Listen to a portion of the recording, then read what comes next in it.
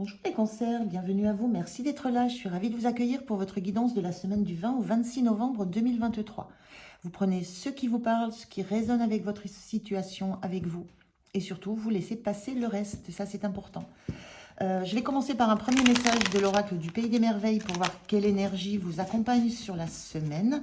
Je continue avec le tarot de la sorcière moderne pour la situation, pour voir comment vous vous sentez, le point de soutien, le point de vigilance, comment vous quittez cette semaine.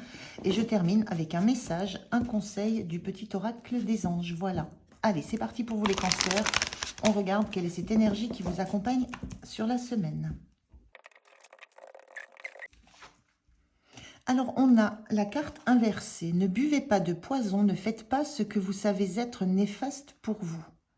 La sensation que sur cette semaine du 20 au 26, vous n'allez peut-être pas faire attention à ce qui n'est pas bon pour vous. Vous allez peut-être, de façon consciente, savoir que vous allez agir de façon néfaste pour vous, de quelque manière que ce soit. Mais il y a une notion de conscience derrière tout ça et de se dire, bon ben, voilà, tant pis, ça passera. Il y a la notion aussi de... Dans la notion de poison, c'est la notion de quelque chose de toxique qui est autour de vous. Là, on voit un personnage qui baigne dans un liquide vert plutôt... Voilà, ça fait penser à du poison plutôt toxique. Il y a une notion d'environnement plutôt toxique dans lequel vous êtes. Et donc, vous n'arrivez peut-être pas à vous extraire ou dont vous ne voulez peut-être pas réellement vous extraire. Il y a un petit peu de ça. La sensation que vous savez que ça n'est pas bon pour vous, mais qu'en même temps, vous acceptez cet état de fait. Alors, on va regarder la situation.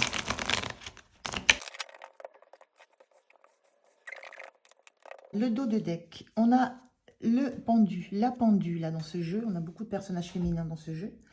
La pendue, c'est un temps de pause. C'est un temps où vous prenez le temps de regarder les choses d'une autre façon. C'est un temps d'analyse. C'est quelque chose que vous vous imposez. De prendre ce temps, de regarder d'une autre façon ce qui se passe autour de vous. Et il y a peut-être ce besoin d'accepter d'être dans cet environnement qui n'est pas bon pour vous, quel que soit l'environnement, hein, ça peut être un environnement pro, familial, relationnel, sentimental, peu importe. Il y a quelque chose autour de vous dans lequel vous êtes un petit peu plongé, dans lequel vous évoluez, que je ressens plutôt toxique, qui n'est pas dans des bonnes vibrations, dans des bonnes énergies, qui peut aller jusqu'à vous, peut-être vous asphyxier, faire voir les choses à travers un filtre qui n'est pas le bon. Il y a une notion de transparence là qui n'est pas là. Et là, vous prenez ce temps, vous avez peut-être besoin de ce temps-là pour regarder les choses d'une autre façon. Le fait d'être immergé dans ça vous permet de regarder, d'analyser, de comprendre et d'en regarder les différents, peut-être les différents éléments, mais c'est un temps que vous vous accordez dans cette énergie-là, pour en voir toutes les facettes, avec une notion derrière de comprendre. Alors, on regarde la situation. On a un 8 de pentacle, un 9 d'épée et un 10 de pentacle inversé. Ok. Là, il y a une notion d'avoir beaucoup travaillé. Le 8 de pentacle, ça peut être le travail acharné jusqu'au moindre détail, le travail jour et nuit. Ça peut être aussi l'idée de travailler sur soi, d'être dans son intérieur, dans son intériorité, un travail sur soi où on a déjà beaucoup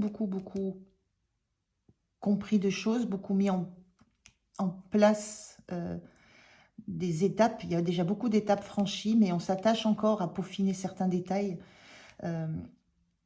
dans l'idée de sortir d'une période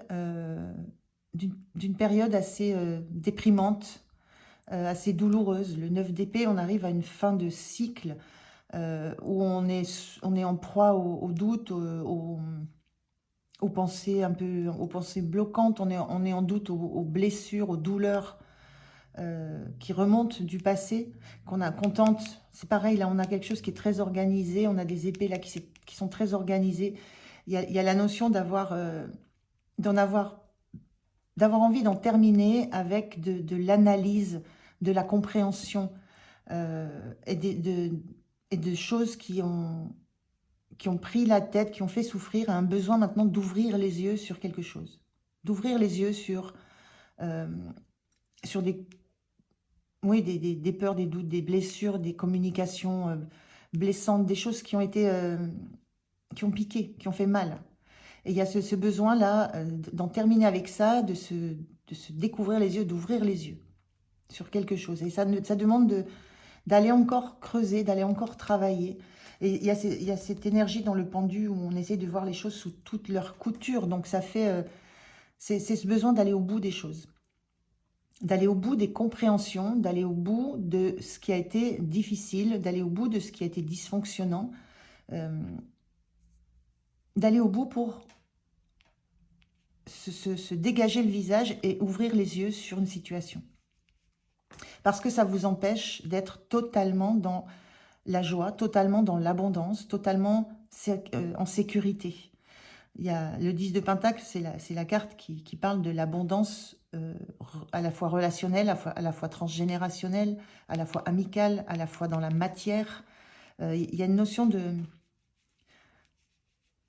d'incomplétude dans l'abondance. Il y a quelque chose qui vous manque pour être complètement dans la sensation d'être dans la joie, dans l'abondance. Alors ça peut être du matériel, ça peut être du relationnel, ça peut être de l'amical. Voilà, mais il y a un travail, vous êtes en train de peaufiner ce travail-là, et peut-être ça vous oblige à encore vous plonger dans des périodes noires, dans des périodes difficiles de votre vie, qui peuvent être anciennes ou peut-être plus récentes selon la façon dont vous les avez déjà travaillées. Donc il y a peut-être cette sensation-là, ce besoin de rester plongé dans un environnement qui ne vous est pas favorable parce que vous avez besoin de comprendre encore des choses. Besoin d'analyser encore ce qui se passe, de comprendre, de travailler sur ça pour vous permettre une ouverture du cœur et du regard, surtout, vous permettre d'ouvrir les yeux sur ce qui fait que vous ne vous sentez pas dans votre plein potentiel d'abondance et dans votre plein bonheur. Et donc, c'est cette énergie de pendu qui regarde les choses sous toutes les coutures, d'une autre façon que ce que vous avez l'habitude de faire, peut-être. Donc, on est bien dans ces énergies où on veut aller au bout. On veut aller au bout d'un cycle difficile, mais comprendre. Comprendre pourquoi ça a été si compliqué. Et comprendre ce que ça a peut-être engagé chez vous, ce que ça a peut-être fait travailler chez vous. Et l'objectif, c'est de retrouver une plénitude. La sensation d'être dans son plein potentiel, dans sa pleine abondance, dans son plein pouvoir, quel que soit le domaine que ça peut toucher, que ça puisse toucher. Donc, il y a un petit peu de ça sur cette semaine. Moi, je ressens, c'est aller au bout du bout. Aller jusqu'au bout, peut-être de la souffrance, aller jusqu'au bout peut-être de la toxicité d'une situation, pour en comprendre jusqu'au moindre détail l'architecture, l'argumentation, ce que vous avez... Voilà, aller jusqu'au bout de l'analyse, de la compréhension. Aller jusqu'au bout de la compréhension de ce que vous avez pu subir en termes de pression mentale, en termes de manipulation, en termes de crainte, de peur, de blessure. Il y a une notion d'aller creuser loin. Parce qu'il y a ce besoin de retrouver pleine possession de vos compétences à être dans la joie, dans l'abondance. Donc c'est un réel travail que vous vous imposez. Le pendu, il s'arrête et il se met la tête à l'envers seul. Il décide. Et quand ça sera terminé, quand il aura bien tout compris, quand la lumière se sera faite, eh bien, il se détache et il reprend le cours de sa vie. Donc c'est un peu ce que je ressens sur la semaine. Le besoin de rester plongé dans ça pour aller au bout du bout. Jusqu'au bout de cette situation pour ne pas avoir de regrets et pour pouvoir continuer en laissant ça définitivement derrière vous. C'est un petit peu l'énergie que je ressens. Alors, comment vous vous sentez? C'est cette carte « Tout va bien » à l'envers. C'est l'image du 10 d'épée. Mais dans ce jeu, elle est doublée par une carte où ça explique tout va bien.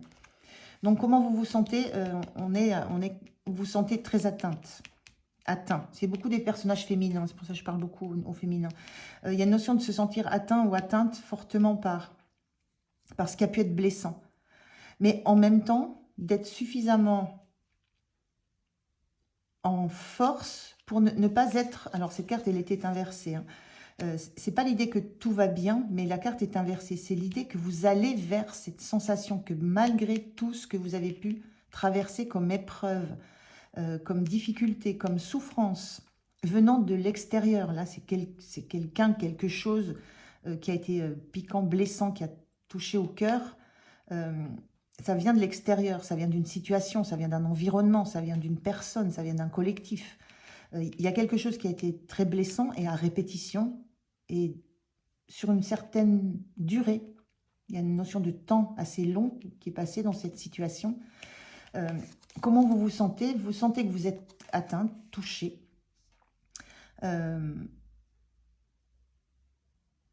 Mais que ça va aller vers du mieux. Il y a une notion d'optimisme qui ressort de ça. C'est cette carte à l'endroit tout va bien, à l'envers, c'est vous allez vers tout va bien. Vous savez que tout va aller bien. C'est un peu ce que je ressens là.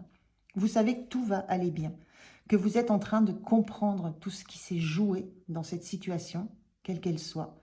Que vous allez aller peaufiner jusqu'au moindre petit détail pour ne plus peut-être retomber dans ce magma, dans ce bain, dans cet environnement néfaste. Mais il y a cette notion de savoir qu'il y a encore du travail. Vous savez au fond de vous que tout va aller bien.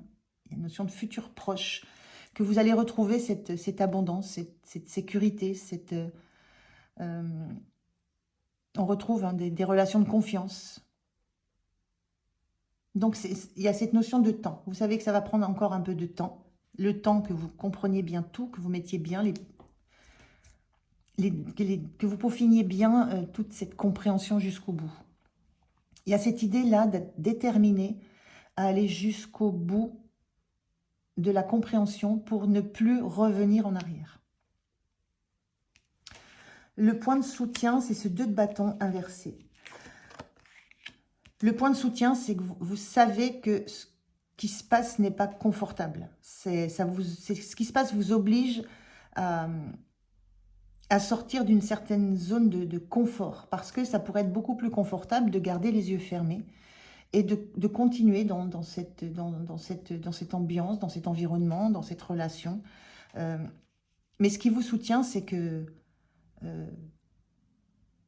vous n'avez pas envie de rester dans cette zone de confort où vous ne remettez rien en question. Il y a un besoin de remettre en question les choses jusqu'au dernier petit point de détail. Et ce qui vous soutient, c'est que vous savez que cette remise en cause, ce fait de sortir de cette zone de confort, vous permettra de visualiser autrement un avenir, de faire d'autres plans, d'envisager quelque chose de complètement nouveau. Donc c'est votre certitude que vous êtes sur la bonne voie qui vous soutient. Et que c'est la certitude que ce qui vous met à mal, ce qui vous oblige à vous dépasser, c'est ça ce qui vous permet d'avancer le plus possible.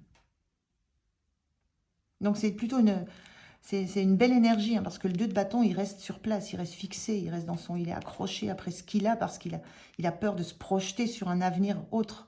Là, non, vous n'avez aucune crainte de lâcher. Ce qui est soutenant aussi, c'est que vous n'avez aucune crainte de lâcher ce que vous avez eu dans vos mains, ce que vous avez cru tenir. Aucune crainte de lâcher ça pour vous projeter sur quelque chose d'autre.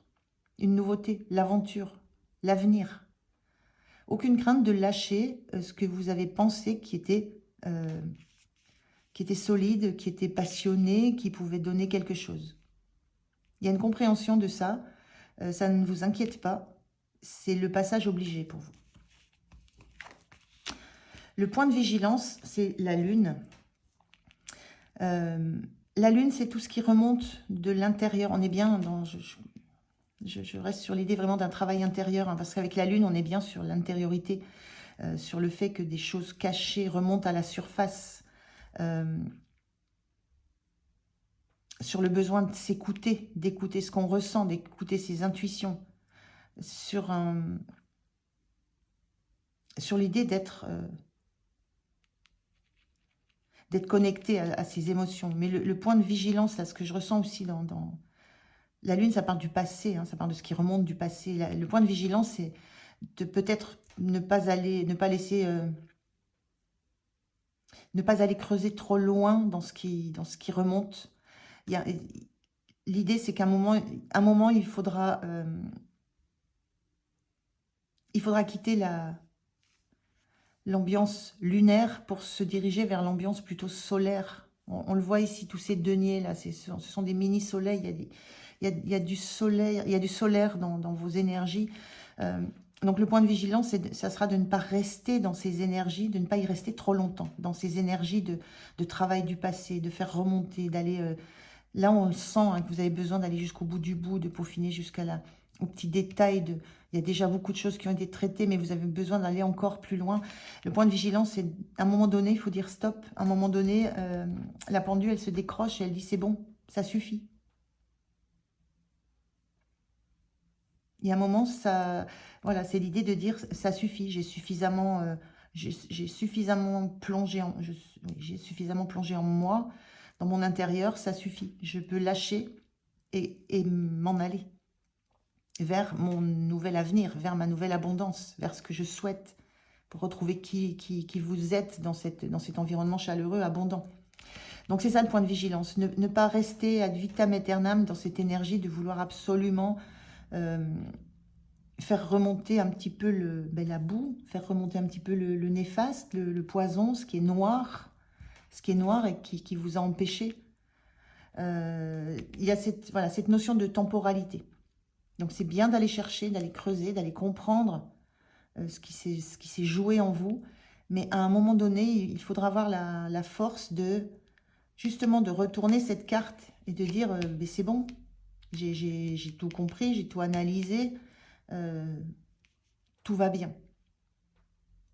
Il y aura ce moment de décisif où vous déciderez de vous lâcher la grappe sur cette situation.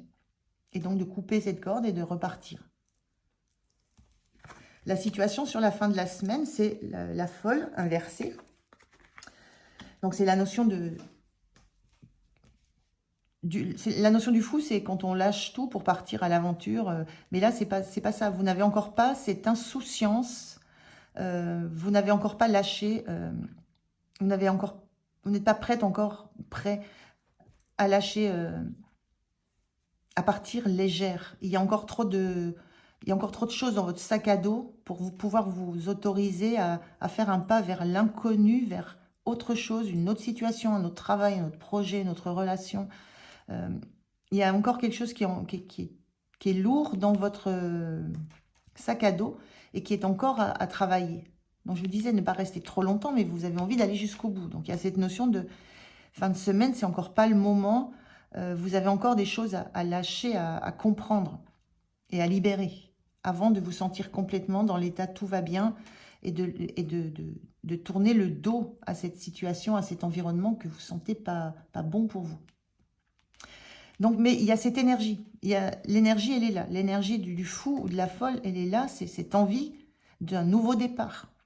On a envie de quelque chose de complètement nouveau. Le fou, il redémarre quelque chose de complètement neuf. Il y a une envie d'un nouveau départ. Elle est là, cette envie de nouveau départ. Et en même temps, la conscience que vous n'êtes pas encore prêt ou prête à ça parce qu'il y a encore des choses à travailler. Avec cette notion de attention au temps que vous allez encore y passer. Parce que cette énergie, vous la sentez en vous. Donc, à un moment donné, il faudra... voilà, le sac à dos, on le lâche et on ne prend qu'un tout petit sac à main.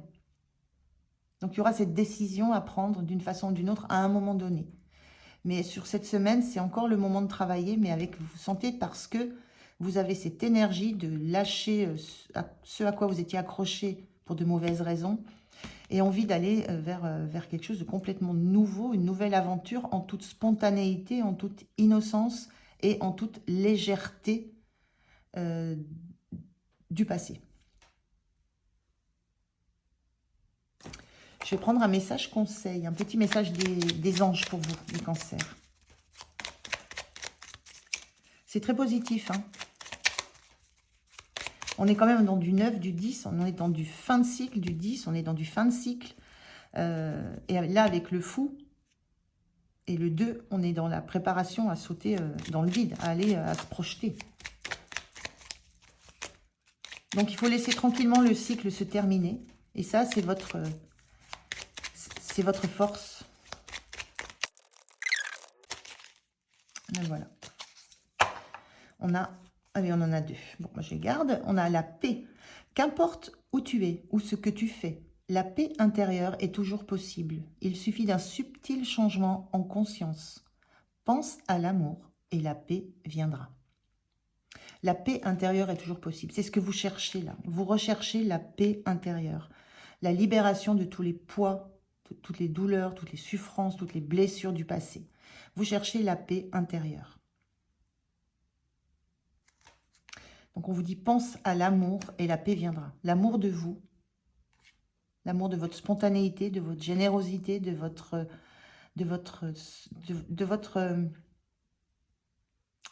être vrai. En fait, le fou, il est vrai, il est nature, il ne ment pas, il est tel qu'il est. Donc il y a une notion de, voilà, pense à l'amour, à qui vous êtes, et la paix viendra. Donc c'est une belle promesse. Et vérité. La meilleure façon de traverser ton épreuve actuelle est de dire la vérité. Contrairement à ce que tu penses, personne ne sera blessé si tu exprimes exactement ce que tu ressens. C'est ça que vous faites, c'est la recherche de la vérité, la recherche d'être vrai avec vous-même, d'être vrai avec cet environnement, même s'il n'y a pas cette notion d'aller exprimer, d'aller vers un autre, vers une situation pour exprimer ce que vous ressentez. Moi, ce que je ressens là, c'est la vérité. Vous avez besoin d'être vrai, vous, avec vous-même. C'est la notion du fou, on est dans sa vérité. La notion du 2 de bâton inversé, où on est dans sa vérité, de vouloir regarder l'avenir. Il y a une notion de vouloir absolument trouver en soi sa vérité. Très très beau message pour vous les cancers. Je vous souhaite une belle semaine. Merci de m'avoir écouté. Prenez bien soin de vous. Je vous dis à tout bientôt. Au revoir.